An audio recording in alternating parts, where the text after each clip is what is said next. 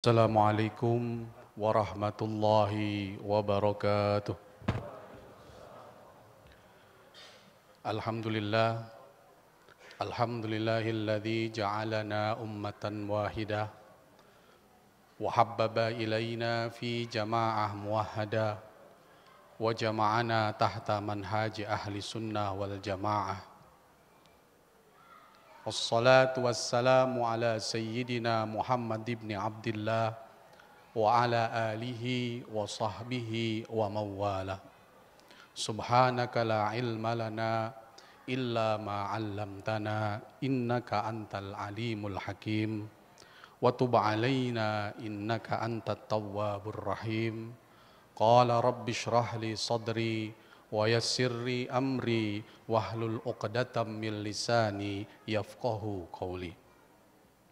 Yang saya hormati segenap jamaah salat tarawih di Masjid Raya Cinere yang insya Allah senantiasa diberikan keberkahan, senantiasa diberikan keselamatan, senantiasa diberikan maghfirah rahmat dari Allah Subhanahu wa ta'ala. Maka dalam kesempatan singkat ini kami diminta untuk menyampaikan pada malam yang keempat, pada malam yang mulia ini, di bulan yang sangat mulia ini, di tempat yang penuh barokah ini, menyampaikan tentang satu materi, yang materi ini rasa-rasanya tidak mungkin disampaikan hanya dalam waktu yang singkat, tapi izinkan saya menyampaikan materi ini secara singkat terkait dengan bagaimana menjaga akidah Ahlus Sunnah wal Jamaah. Jamaah yang saya hormati, kalau kita bicara tentang menjaga akidah, maka kata menjaga itu artinya ada sesuatu yang masuk. Maka kata menjaga itu ada artinya ada sesuatu yang bukan berasal dari aslinya sesuatu itu. Ketika kita bicara menjaga, maka ada hal-hal lain di luar, hal-hal yang inti yang masuk pada persoalan-persoalan apa? Pada persoalan-persoalan akidah Ahlus Sunnah wal Jamaah. Apa itu akidah? Akidah adalah segala sesuatu yang wajib kita imani, segala sesuatu yang wajib diyakini seorang muslim di dalam hatinya. Ilmu untuk membahas akidah ini disebut dengan ilmu tauhid. Ilmu yang membahas tentang segala hal terkait dengan zatnya Allah, terkait dengan wujudnya Allah, terkait dengan baginda Nabi besar Muhammad sallallahu alaihi wasallam, termasuk sifat-sifat wajibnya Allah, sifat-sifat jaiznya Allah, sifat-sifat mustahilnya Allah. Ada definisi yang kedua adalah definisi terkait dengan ilmu tauhid, adalah ilmu yang membahas tentang keberadaan Allah Subhanahu wa ta'ala dengan disampaikan melalui dalil-dalil dan hujjah dalam rangka untuk membantah kesyubhatan-kesyubhatan yang terkait dengan Allah Subhanahu wa ta'ala. Ahlus Sunnah wal Jamaah adalah satu kelompok yang disebut dengan Al-Firqah An-Najiyah, kelompok yang selamat, kelompok yang dalam perjalanannya kalau kita mau menjelaskan sangatlah panjang. Ahlun artinya adalah sekelompok yang memiliki keahlian.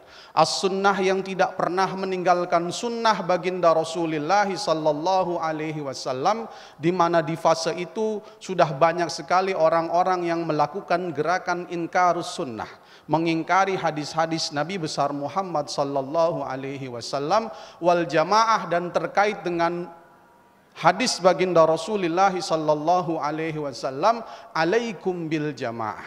Maka atas kamu ketika terjadi perbedaan, ketika terjadi ikhtilaf, maka kamu ikutilah kelompok yang mayoritas.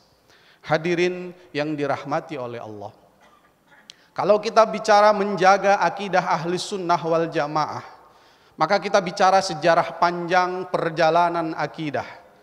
Kalau dalam kitab Aqidatuna karangan Syekh Dr. Rabi' Muhammad Jauhari, ada 15 fase perjalanan akidah sampai kepada kita sekarang. Fase yang pertama adalah ketika Rasulullah sallallahu alaihi wasallam pertama kali menyampaikan berdakwah tentang keesaan Allah Subhanahu wa taala dengan mendatangkan ayat-ayat Al-Qur'an. Fase yang kedua adalah hadmus syubhat, bagaimana Rasulullah sallallahu alaihi wasallam berusaha menghancurkan dalil-dalil, menghancurkan pendapat-pendapat, menghancurkan perilaku-perilaku yang bertentangan dengan akidah Islam. Pada masa ini Rasulullah sallallahu alaihi wasallam kita katakan sangat berhasil. Beliau membangun Islam dengan pondasi akidah yang luar biasa. Sehingga banyak para sahabat waktu itu ketika terjadi peristiwa Isra wal Mi'raj yang betul-betul di luar logika, mereka mengimaninya betul-betul dengan beriman padahal mereka tidak melihat peristiwa ini. Maka dalam akidah ada 3 pembahasan yang sangat terkait erat. Yang pertama adalah pembahasan yang terkait dengan ilahiyat, pembahasan yang terkait dengan ketuhanan, pembahasan yang terkait dengan sifat-sifat Allah.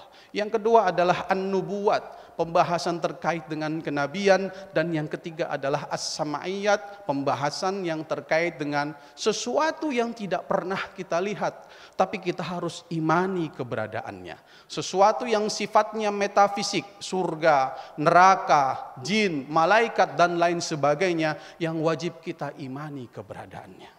Maka Rasulullah di zaman itu bersama dengan para sahabat yang kita sebut dengan khairu qarn, sebaik-baiknya generasi, sebaik-baiknya pengikut, sebaik-baiknya umat, generasi emas, di mana dalam generasi ini Islam begitu kuat, begitu luar biasa. Persoalan akidah belum terjadi.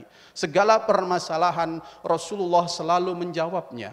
Para sahabat ketika bingung tinggal bertanya kepada Rasulullah. Para sahabat ketika menanyakan satu hal yang muskilah tinggal bertanya kepada Rasulullah. Atau jika tidak bertanya kepada Rasulullah, bisa bertanya kepada para sahabat-sahabat yang lain yang lebih alim, yang mengetahui persoalan-persoalan segala macam hal yang terkait dengan keumatan. Maka di zaman itu belum ada kitab fikih. Maka di zaman itu belum ada kitab tafsir. Maka di zaman itu belum ada kitab hadis. Maka di zaman itu belum ada mushaf Al-Quran. Karena semuanya disimpan di dalam hati. Karena semuanya disimpan dalam pemahaman para sahabat. Karena semuanya disimpan dalam hafalan-hafalan para sahabat. Ketika bingung, sahabat bertanya kepada Rasulullah. Rasulullah wafat, maka tinggal al-khilafah ar-rasyidah, kekhilafahan yang keempat. Abu Bakar, Umar, Uthman, Ali, dan Sayyidina Hasan. Dalam persoalan-persoalan ini hampir tidak ada perselisihan-perselisihan yang bersifat akidah. Sehingga belum ada kebutuhan untuk membuat satu rumusan bagaimana akidah Islam yang sebenarnya. Kalau kita singkat, maka ketika terjadi peristiwa tahkim, peristiwa di mana Sayyidina Ali beradu argumentasi dengan sahabat Muawiyah bin Abi Sufyan. Kemudian Sayyidina Ali mengatakan, maka kita kembali kepada Al-Quran. Maka kita kembali berhukum kepada Al-Quran. Para kaum-kaum yang tidak sepakat dengan apa yang disampaikan oleh Sayyidina Ali. Para kaum-kaum yang tidak sepakat dengan kesepakatan politik yang dilakukan oleh Sayyidina Ali dan Muawiyah, kemudian mengatakan bahwa Sayyidina Ali telah kafir, Sayyidina Muawiyah telah kafir, maka mereka kharaja min jama'atin, keluar dari barisan kelompok mayoritas, sehingga mereka dikenal dengan kelompok Khawarij.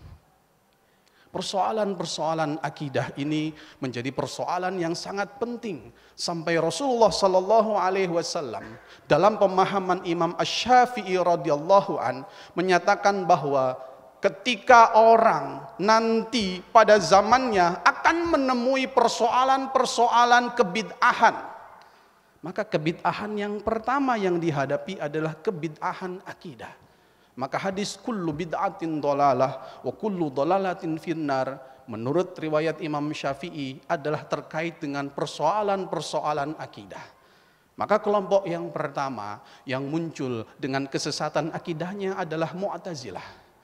Kelompok yang mengedepankan akal, kelompok yang mengedepankan rasionalitas, kelompok yang berpendapat bahwa seorang pelaku dosa besar itu akan mati masuk neraka kekal abadi selama-lamanya walaupun dia dalam keadaan Islam.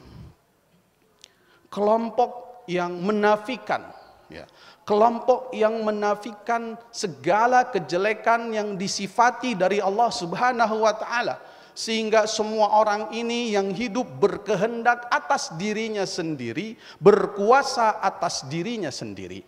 Tentu ini bertentangan dengan ajaran baginda Rasulullah sallallahu alaihi wasallam. Maka kelompok-kelompok ini berhadapan dengan Sayyidina Hasan al-Basri, seorang tabi'in, seorang ulama besar yang sangat terkenal yang hidup di tahun 80 Hijriah sampai 150 Hijriah. Imam Hasan al-Basri memiliki murid yang sangat terkenal namanya Wasil bin Atha. Wasil bin Atha ini adalah orang yang pertama kali tidak setuju dengan apa yang disampaikan oleh Imam Hasan al-Basri, sehingga dia mendirikan satu mazhab yang kita kenal dengan mazhab Mu'tazilah. Disinilah terjadi perbedaan-perbedaan pendapat terkait akidah. Tapi pemahaman yang diwariskan dari baginda Rasulullah sallallahu alaihi wasallam masih terjaga melalui para tabi'in. Setelah Sayyidina Hasan al-Basri ada namanya Abu Hanifah an-Nu'man yang kita kenal sebagai pendiri madhab Hanafi. Beliau dengan al-fiqhu al-akbarnya menjelaskan bagaimana penjelasan terkait dengan akidah Islam, memberikan penjelasan tentang bagaimana sifat-sifat Allah, memberikan penjelasan tentang hal-hal yang wajib, mustahil dan jaiz bagi Allah Subhanahu wa taala. Yang ini kemudian dilanjutkan oleh Imam Syafi'i radhiyallahu an. Yang ini kemudian dilanjutkan oleh Imam Bukhari rahimahullahu taala. Yang ini dilanjutkan oleh murid-muridnya Imam Syafi'i, Imam Al-Buaiti, Imam Al-Muzanni. Dilanjutkan oleh murid-murid beliau Imam Haramain, dilanjutkan oleh Imam Al-Ghazali, Imam An-Nawawi, Imam Asy-Syirazi dan seterusnya. Melalui apa? Melalui jalur kitab-kitab tauhid yang sampai kepada kita sekarang. Maka saya berani memastikan bahwa akidah yang benar adalah akidah Ahlus Sunnah wal Jamaah, akidah yang berdasarkan pemahaman terhadap hadis-hadis baginda Rasulullah sallallahu alaihi wasallam. Maka bentuk kesesatan, bentuk kebid'ahan yang terjadi sekarang yang masuk dalam akidah kita adalah pemahaman-pemahaman mujassimah, pemahaman-pemahaman yang menyamakan Allah Subhanahu wa taala dengan makhluknya. Penyamaan Allah Subhanahu wa taala dengan apa yang ada pada makhluknya. Mengartikan yadullaha fawqa aydihim sebagai tangannya Allah, tangan yang tidak seperti tangan manusia. Kullu syai'in halikun illa wajhah, semuanya akan hancur kecuali wajahnya Allah. Wajah yang diartikan dengan wajah seperti wajahnya kita, walaupun kemudian diberi pendapat wajahnya berbeda dengan wajahnya makhluk, wajahnya berbeda dengan wajahnya manusia, atau Ar-Rahmanu 'alal arsyistawa, bahwa Allah bersemayam di atas, bahwa Allah bersemayam di arsy, bahwa Allah duduk di atas singgasana. Ini adalah pemahaman-pemahaman batil, pemahaman-pemahaman yang sesat, pemahaman-pemahaman yang tidak sesuai dengan manhaj Ahlus Sunnah wal Jamaah. Ada satu kitab yang menjelaskan bagaimana para sahabat menafsirkan, menakwilkan, menjelaskan ayat-ayat mutasyabihat, ayat-ayat yang orang bisa keliru ketika menjelaskannya dengan takwil. Dalam satu kitab Ta'wil Sifatillah, takwilnya sifat-sifat Allah indas salafi, menurut para tokoh-tokoh salafi. Bahkan salafi di sini adalah para sahabat. Bagaimana sahabat Imam Ibnu Abbas dalam salah satu riwayatnya yang dikutip oleh Imam As-Suyuti menyatakan bahwa yadun itu adalah qudrat, tangan itu adalah kekuasaan Allah Subhanahu wa taala. Bagaimana Imam As-Suyuti dalam tafsirnya Ad-Durrul An-Mansur mengutip penjelasan Imam Al-Bukhari terkait dengan apa? Kullu syai'in halikun illa wajhah, segala sesuatu yang hancur itu hanyalah wajh. Kalau kita artikan wajahnya, maka kita masuk dalam kategori mujassimah, orang yang menyamakan Allah dengan makhluknya, dan ini adalah bentuk akidah yang sesat. Imam Bukhari mengatakan yang dimaksud dengan wajah adalah mulkahu, kerajaannya Allah Subhanahu wa taala. Maka bagaimana agar kita tidak tersesat? Maka bagaimana cara kita menjaga akidah? Yang pertama, wajib kita belajar ilmu tauhid. Ilmu tauhid wajib dipelajari, fardu ain bagi setiap muslim yang mampu meneliti bagaimana dalil-dalil wujud Allah, Mengetahui bagaimana sifat-sifat Allah, Allah wujud qidam baqa mukhalafatul lil hawadis qiyamuhu binafsihi. 20 sifat wajib yang disampaikan oleh Imam Abu Hasan Al-Asy'ari berdasarkan hadis-hadis baginda Rasulullah sallallahu alaihi wasallam, berdasarkan pemahaman Imam Abu Mansur Al-Maturidi dalam Ta'wilat Ahli Sunnahnya, menjelaskan bagaimana sifat-sifat Allah berdasarkan apa yang ada di dalam Al-Quran dan dalam hadis baginda Rasulullah sallallahu alaihi wasallam. Maka ini tanggung jawab kita, jangan sampai anak-anak kita masuk dalam kesesatan pemahaman akidah. Jangan sampai anak-anak kita masuk dalam pemahaman kesesatan akidah karena kita tidak mengejarkan pemahaman akidah yang benar. Ajaran pemahaman akidah sesuai dengan manhaj Ahlus Sunnah wal Jamaah yang disampaikan secara turun-temurun, yang disampaikan secara terus-menerus, yang disampaikan secara berkesinambungan. Kenapa? Karena agama itu adalah bagian dari yang namanya sanad. Sanad adalah bagian dari agama. Maka ilmu harus disampaikan secara berjenjang dari guru ke murid, dari guru ke murid yang sanadnya sambung kepada baginda Rasulullah sallallahu alaihi wa alihi wa sahbihi wasallam. Syubhat yang kedua tentang pemahaman tauhid yang membahas, yang membaginya menjadi 3, tauhid rububiyah, tauhid uluhiyah, tauhid asma was sifat.